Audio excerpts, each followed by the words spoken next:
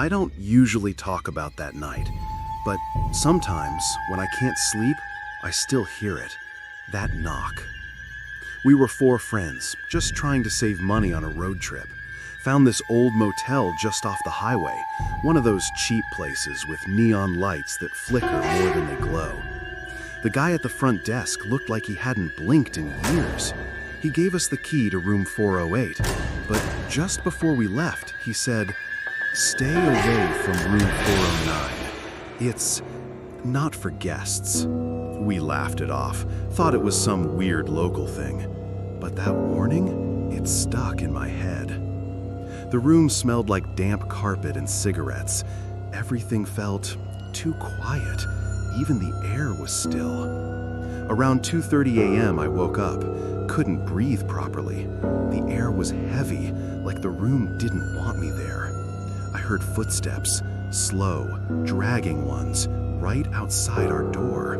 I got up, looked through the peephole. Nothing, just the hallway. But then, 3 slow knocks.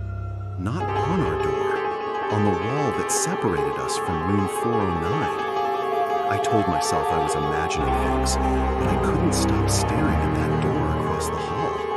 The number looked off, like it had been scratched on and not printed. I don't know what made me do it. Curiosity? Stupidity? I stepped into the hallway. Everyone else was asleep, or pretending to be. I put my hand on the doorknob. It was cold, too cold.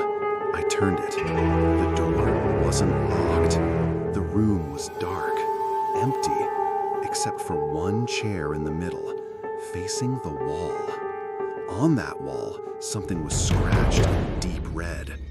"You shouldn't be here." I stepped back. The door slammed shut behind me. My phone light went out. The silence in that room, it wasn't just quiet. It was alive, like something was holding its breath, watching me. I started screaming, banging on the door, but no one came. The room didn't echo. It absorbed sound.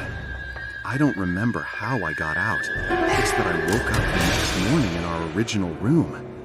My friends said I never left the bed, but my shoes were wet, and I had a key in my pocket. It was rusty and had the number 409. I went back to that motel a month later, just to be sure, but there was no room 409, just a concrete wall where the door used to be. The manager told me that side of the building had been sealed off for years, after someone disappeared. I don't go near motels anymore, and if I ever hear knocking on a wall in the middle of the night,